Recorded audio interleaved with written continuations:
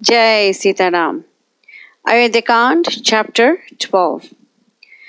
So far, we are going through the various ways in which Dasaratha retaliates to Kaikeyi's cruel words. So, this was one section wherein Kaikeyi demanded the boons, and then Dasaratha retaliates to that. And then Kaikeyi responds with even crueler jabs, and then we see Dasaratha's response as well. And he says that how is it possible for Kaikeyi's mind to be so perverted? Has some evil spirit done something? Or is it the fact that just now Dasaratha is realizing how perverted her mind truly is? Has someone placed any fear in her because of which she's asking for Bharata to be seated on the throne and Rama to go off to the forest? But if Rama were to stay here, it is going to be very pleasing to Dasaratha himself, to the worlds, as well as to Bharata. So at least for Bharata's sake, he wants to ensure that Rama continues to stay in Ayodhya. And once again, Dasaratha reverts to the first statement that he had spoken in verse number 7 of this chapter, asking Kaikeyi, the cruel-minded, wicked one of a sinful resolve, what mistake has Rama or Dasaratha ever committed against her? The same thing is repeated in the next shloka over here as well. And then finally, he says that Rama, having been gone to the forest, do not really expect Bharata to take over the kingdom because Bharata is stronger in dharma than even Rama. This is what I consider. And how do you expect me to tell Rama with the beautiful moon-like face that you are supposed to go off to the forest? How am I supposed to say these cruel words to my beloved Rama? Let us continue with his argument right now. Verses 63 and 64. Tam hi me sukritam buddhim suhridbihi saha nishchitam katham drakshayami apavritam parair iva hatam chamum kim mam vakshyanti rajano nana digbhya samagataha Balo batayam ekshvakeshchiram rajyam akarayat. I have made this resolve to crown Rama, not out of any sudden freak or individual caprice of predilection, but have taken deep and earnest counsel with my ministers, friends, subjects, brother kings, brahmanas, and sages. I have discussed the question in all its bearings. I would rather look on while my foes slaughtered my soldiers than stand by and allow your obstinacy to ruin my well-concerted plan. What would they think of me, my guests, the kings whom I have invited from the four quarters of the earth? I should not be surprised if they exclaim, "This Dasaratha is but a fool. 60,000 years have passed over his head without his being any the better for it. It is but blind chance that has kept him on the throne till now." Verse 65. Yada tu bahavo vridha gunavanto bahushrutaha paripraksyanti kakutstam vakshyami kim aham tada. What do you expect me to reply to the numerous people, hoary in the ages, knowledge and experience, when they ask me a few hours hence, what has become of Rama? Why does not his coronation come off? Verse 66. Kaikeya klushya manena Ramaha pravrajito maya Yadi satyam bhavimi yetat tad satyam bhavishyati. Shall I face them with a virtuous look and say, I have promised Kaikeyi 2 boons in the past and in consequence have fulfilled them by banishing Rama to the forest and crowning Bharata instead? But any one of them would naturally turn back upon me and say, how about your promise to the world that you would install Rama today as the heir apparent? So this is the new tactic that Dasaratha is going through. He had called his vassal kings and sages and so many eminent personalities to his kingdom, and he had asked them, this is my suggestion that I would like to coronate Rama as the heir apparent. Do you all agree? And then when they unanimously say yes, then he questions them. Can you please detail the qualities because of which you would like to have Rama as your king? And this was stated in the second chapter of Ayodhya Kand. And now all of them are waiting to see the Lord's coronation the very next day. So Dasaratha says, in front of so many eminent personalities, I have promised that Rama is going to become the next king. So what should I tell them? Am I not answerable to them? Because choosing Rama as the next heir to the throne was not the act of a dictator. It was the act of a true emperor who wants to know the people's opinions and wants to do something that is beneficial to all of them.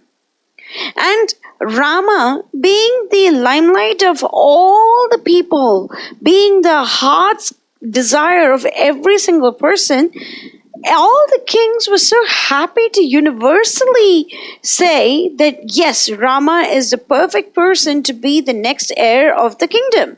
So it was not a whimsical decision made by King Dasaratha.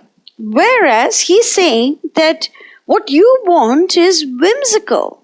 You do not have the sanction of the sages and the vassal kings and your peers and other kings and your gurus. You don't have the sanction of any of these eminent personalities. So how is it fair that the person that was chosen by so many great personages is now having to go off to the forest and your Bharata has to be seated on the throne? And more importantly, all those kings came here with the expectation that Rama is going to be crowned the king the next day. So what should I say to those kings?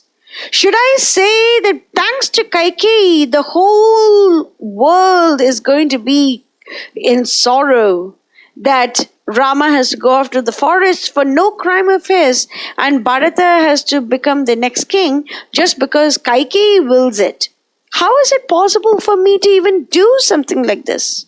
This is the next tactic, because Rama was chosen unanimously by so many kings and sages and priests and ministers and counselors of the king, whereas Kaikeyi wants Bharata to be crowned as a king out of whimsy, and that is not correct. Now, Dasaratha will change the topic once again. At the very beginning, we have seen that Dasaratha jumps from one topic to another, and we are going to revise the sequence of the topics in the very end of this chapter as a recap. But then right now, we have to remember that Dasaratha is trying to put in as many number of points that he can think of in favor of keeping Rama in the palace as opposed to sending him off to the forest. And now he goes on to the next topic. Verse 67. Kim mam vakshayati Kausalya raghave vanam asthithe Kim chainam prativakshyami kritva cha apriyam idrisham. When I have sent Rama to the woods, Kausalya, his mother, would very naturally ask me, Lord, may I know wherein my son hath offended you? What reply do you expect me to give her after the cruel wrong I have done her? Verses 68 and 69. Yada yada hi Kausalya dasiva cha sakhiva cha bharya vad bhagini vacha matravach opatisthati. Satatam priya kama me priya putra priyam vada na maya satkrita devi satkararaha kritetava. That noble woman, she waits upon me as any humble bondmaid, sweetly unconscious of her high estate as a queen of this realm. Now she is the best and pleasantest of friends during my hours of recreation. Again, she is an ideal wife when discharging with me some moral or religious duty, putting away from her the pride and haughtiness of a queen. Should I take myself other wives, she does not feel jealous or aggrieved in the least, but treats them with more than sisterly affection. No mother watches over her favorite child with more anxious solicitude than Kausalya, where my bodily comforts are concerned. She is ever intent on anticipating my slightest wish, and even Rama occupies but a secondary place in her heart. Ever soft and gentle of speech, she, my first love and my eldest queen, is disgracefully neglected by me, and all because I am cowardly enough to fear to displease you. So the tactic is, what is Kausalya going to say? So Kausalya has treated Dasaratha with very beautiful ways. So she has been like a maidservant, like a friend, like a wife, a sister, a mother.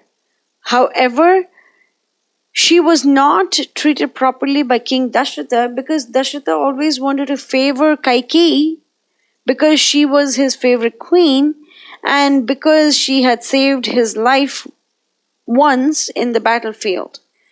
And because of that, Kausalya was constantly neglected, and despite that, she has always continued to serve Dasaratha very lovingly and very carefully. Verse 70. Idanim tatapati mam yanmaya sukritam tvayi apathya vyanjano petam bhuktam annam ivaturam. The love I have showered upon you has produced but bitter hatred towards me. My favors, my gifts, and my benefits have turned into so many scorpions for you to lash me with. Now that you have thrown off the mask and stand in your wickedness, my folly comes back to roost, and I suffer even as an invalid who gratifies his palate with forbidden and unhealthy delicacies. A quenchless fire rages in my heart when I come to think of my own folly. And over here, it is very clear that Dasaratha is comparing himself to be the one who was very foolish. Not Kaikeyi, because Kaikeyi has finally shown her true colors, but it is in fact Dasaratha himself who is very foolish because, like a person who is not supposed to eat or drink something, but just wants to drink it just to satisfy the senses, like that, Dasaratha held on to Kaikeyi, who was in fact very bad for him. And then we see that Dasaratha changes a little bit, but still stays on the same topic of wives, and he talks about Sumitra. Verse 71. Viprakaram cha Ramasya samprayanam vanasya cha Sumitra prekshya vai bhita katham me vishvasishyati.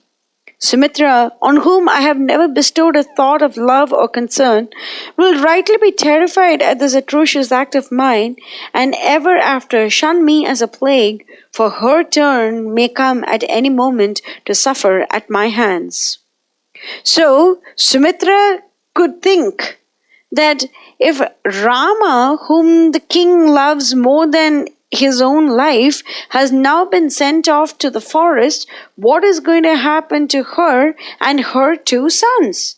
This is a very valid concern. So, what am I supposed to tell Sumitra? So just because one son gets to stay in the forest and one son gets to go into the kingdom, it doesn't mean that the other mothers are not affected by this. The other mother over here is just Sumitra. And King Dasaratha says that if Sumitra were to hear this, what is going to happen to her? He has already spoken about Kausalya and about Sumitra. And we will take a look at the next topic in the next section. Jai Sita Ram.